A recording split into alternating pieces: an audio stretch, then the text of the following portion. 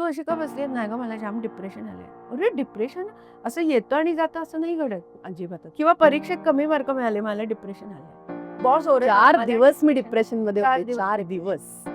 असं नाही होत ना. डिप्रेशन हा एक खूप गंभीर आजार आहे. सायकोलॉजिकल सायकॉटिक आजार आहे आणि तो खूप गंभीर आहे. कारण तो औषध त्याला घ्यावं लागतं, लॉंग टर्म औषध घ्यावं लागतं. डिप्रेशनचे खूप वेगळे वेगळे प्रकार आहेत आणि त्याच्यासाठी तुम्हाला प्रॉपर डॉक्टरांकडे जाऊन ट्रीटमेंट घ्यावी लागते.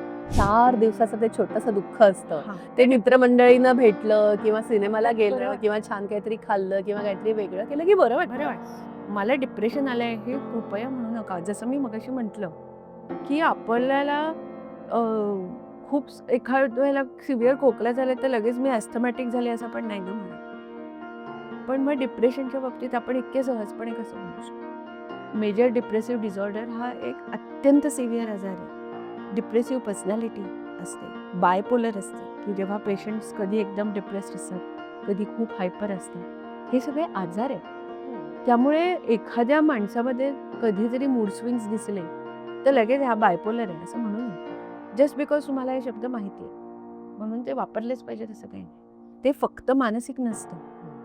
तुमच्या शरीरातल्या बायोकेमिकल्सची पातळी कमी जास्त होते. बरोबर. पॅथॉलॉजिकल आहे ते. ज्याचा तुमच्या आजूबाजूला घडणाऱ्या घटनांशी काही संबंध नाही.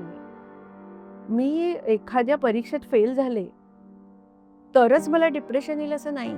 मी माझ्या संपूर्ण प्रोफेशनमध्ये अत्यंत यशस्वी असेन, माझं सगळं आयुष्य खूप सुखात असेल, माझा नवरा किंवा माझी बायको सगळं छान चौकटीत खूपच प्रेमळ चालतं असेल, तरी पण मला डिप्रेशन येऊ शकतं.